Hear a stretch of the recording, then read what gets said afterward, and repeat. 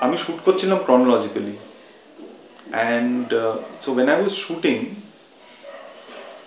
মানে shooting it was a very meditative experience for me কেন আমাদের এক তো খুব ছোট টিম ছিল হ্যাঁ 6-7 জন পুরোপুরি ফাঁকা বাড়ি কোন রকম হই হুল্লোড় চেঁচামেচি নেই একটা কিনো একটা লাইট বাল্বে শুট করা হয়েছে পুরো ছবি হ্যাঁ মানে কিছুই কোনো রকমই মানে হট্টগোল কিছুই ছিল না and few practicals bulb টাল্ব এটা ওটা না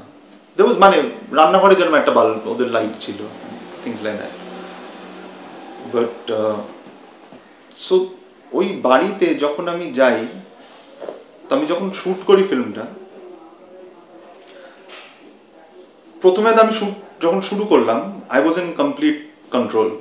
যে ঠিক আছে আমি এরকম ভাবে এটা করছি but by the second day the film started taking control হ্যাঁ তো এবার মানে একটা জায়গায় কি কিরকম ভাবে ব্যবহার করতে হবে একটা ইউ গেট মানে ধরুন একটা কোনো একটা খুব ফর্মাল পার্টিতে গেলে হ্যাঁ প্রথম হয়তো খুব আমরা ক্যাজুয়ালি গেলাম তারপরে গিয়ে লোকজনকে দেখে একটু আস্তে আস্তে ঠিক হয়ে গেলাম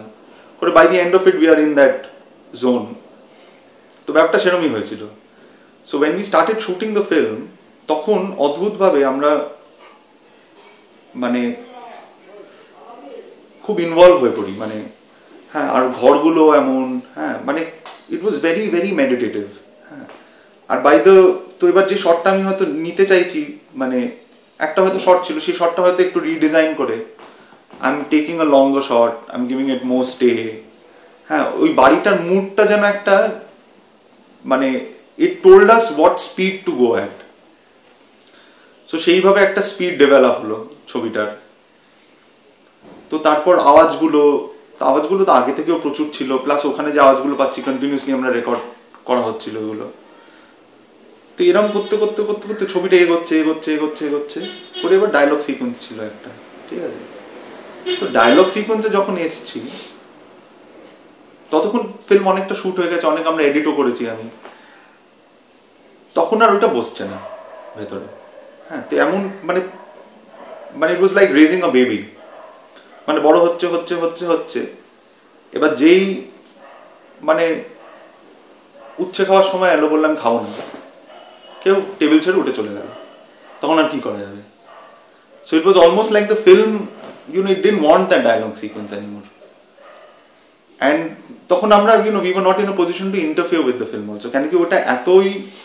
মানে it became such an independent entity by itself মানে পুরো একটা it became like a living thing that we were living with so সেটাতে আমরা we did not want to intrude so we let it be ঠিক আছে dialogue চাই না so we won't have dialogues and so we went ahead with that dialogue through a lot of things in the film মানে প্রশ্নও আছে উত্তরও আছে হ্যাঁ বাট সেটা যে যেরকম ভাবে দেখ কেউ ডায়লগ পাচ্ছে কি পাচ্ছে না but there is dialogue in the film there was a lot of improvisation happened on this thing but যে basic যে খাঁচাটা ছিল that thing was fully designed so that's what I'm saying যে আমাদের basic ব্যাপারটা পুরো আগে থেকে pre-shot আমি গিয়ে shoot করে sketch করে সবকিছু ছিল এবার ওখানে গিয়ে there were lots of other things that kept adding there was ধরে নাও যখন ও মেয়েটি যখন স্নান করছে we only have a side track of a wall texture হ্যাঁ যেটা ওর বাথরুমের দরজার সামনে দিয়ে যায় সো সেই শটটা যেরকম ছিল না ঠিক আছে so that is something that I designed over there মানে ওখানে যখন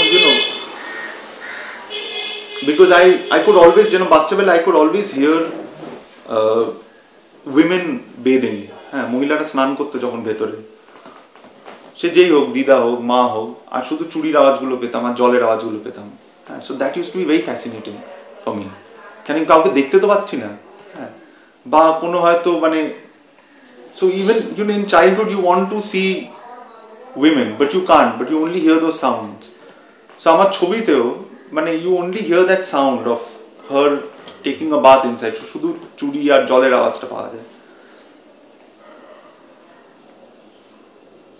সো তো there were lots of things যেগুলো মানে মানে on location it affected us and we had added those on. কিন্তু যে জিনিসগুলো যেরকম in terms of